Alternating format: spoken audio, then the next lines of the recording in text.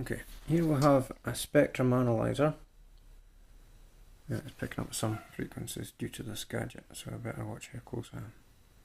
Hopefully you could still read that. It's reading at 0.246 at the moment, 0.031. So now we'll put the band on. If you watch what's going on here. In 3, 2, 1, power on. Instantly climbs. Massive deflection in the band, power band here. So let's switch it back off again. In 3, 2, 1. Allow it to stabilize. And then instantly it's dropped back down to 0.98 at the moment. 0.246. So hardly anything going on there. Right, now we get the material again. Well, we'll do one more test. So in 3, 2, 1, switching on now. Instantly, massive increase, 2000 milliwatts per meter squared. Switching it off in 3, 2, 1.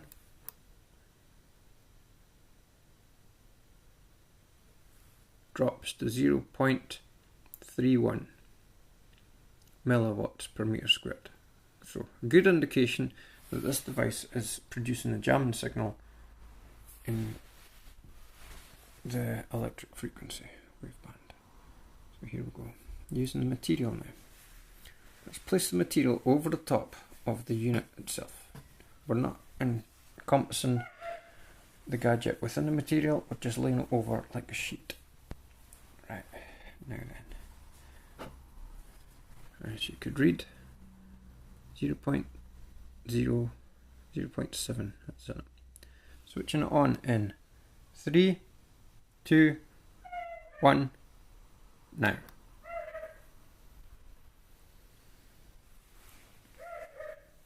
Okay, so it's still climbed, but it's a fraction of its size. I would say 0.1% of what it was before using this material.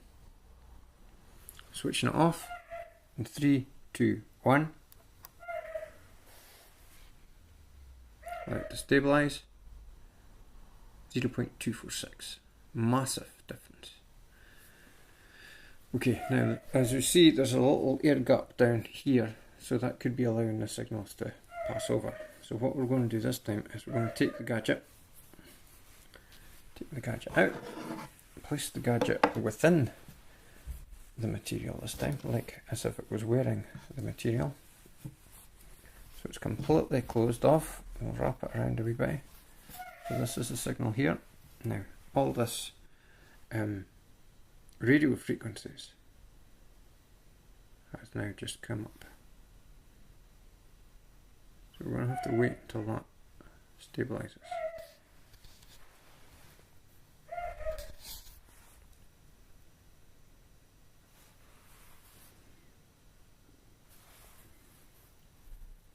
Very interesting. Where do these signals come from?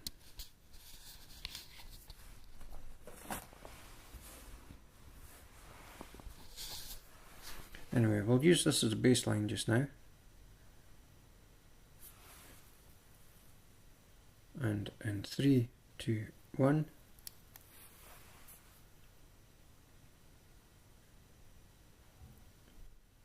Again, the material has blocked a massive amount of these frequencies.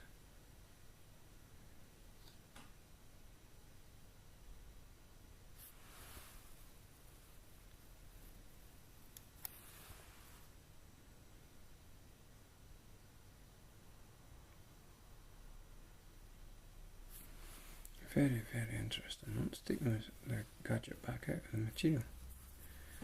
Is it something with the material that's producing this? So the gadget is now removed from the material, placed up there, so it's just the material. Let's take the material away. Wow. That suggests that this material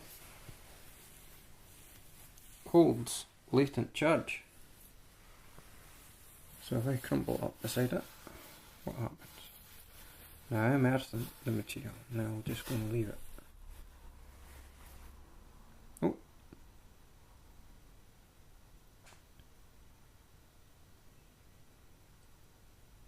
Wow.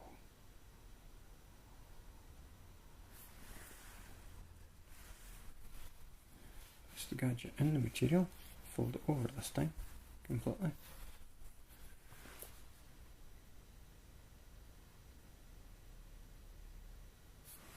And I could reach through and still press the button, which is around here. 3, 2, 1.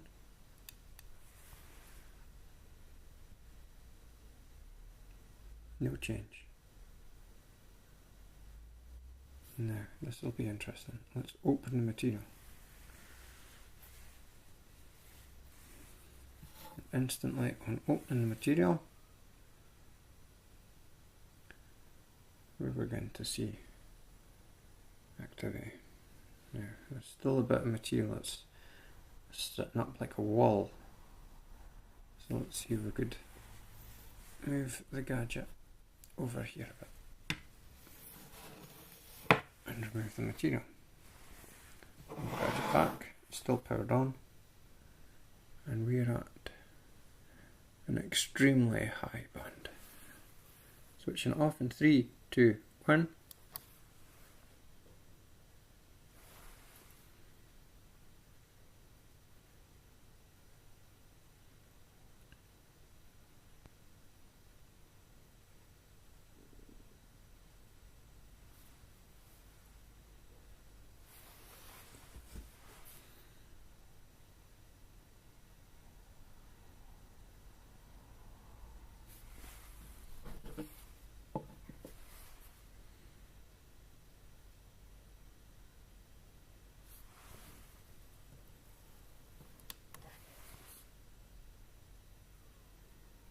And again we're reading high when I switch on. The minute I switch on, the minute I switch it off.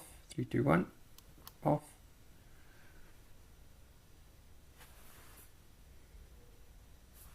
Three, two, one, on.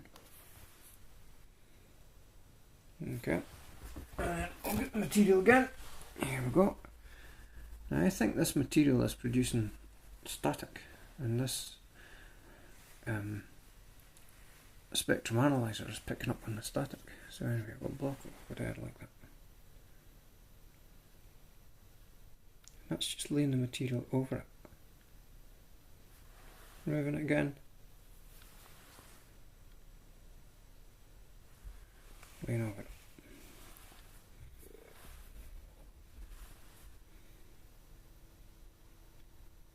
Well, it just goes to prove that this material, as you can see, is quite translucent. It does, in fact, produce a Faraday effect. In 3, 2, 1, switching off the gadget again.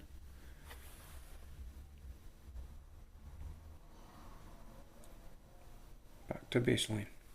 Using another piece of material. Well, let's switch on first. So we'll get our baseline again. Baseline's high. Going hot on that. And using the material. Just any material. This is just black material. It has absolutely no effect on this at all. Remove the material. Wrap the thing in the material.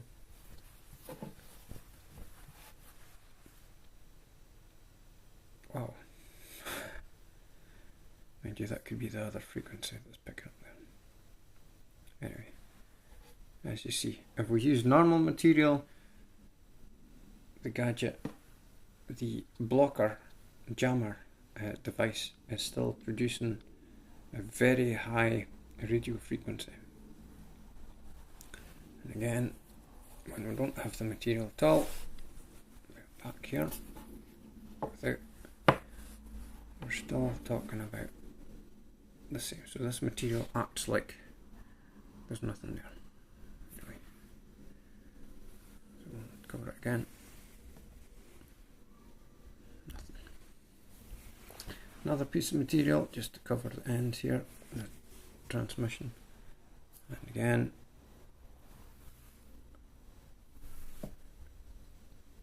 no effect. And a piece of shemag, my scarf. So there's our baseline. Shemag goes on. No change. And we go back to the supposed Faraday material.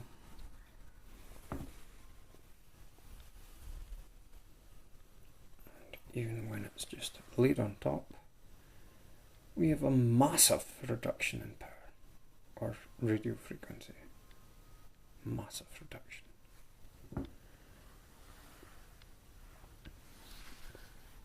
Removing it again, last time, cause and effect.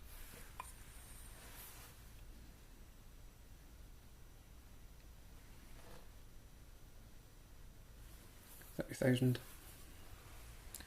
Material on, 3, 2, 1.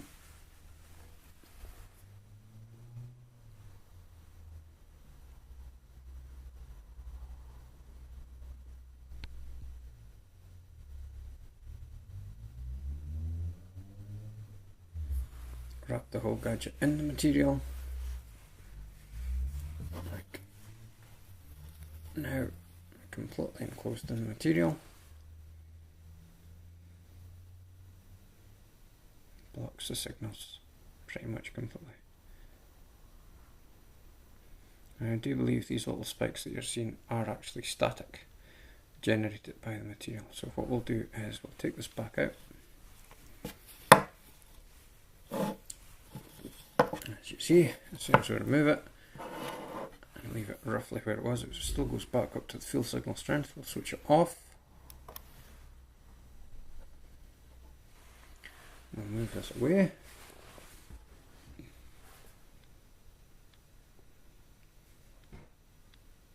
And bear in mind, this material is close by. I'll remove the material and drop this back to normal. Some background, not much. I'll bring the material back close.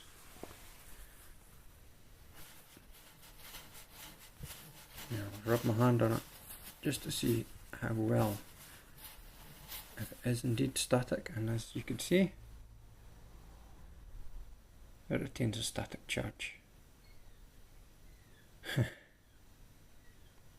Very, very interesting. My hand with the material, because obviously humans are a considerable amount of electricity.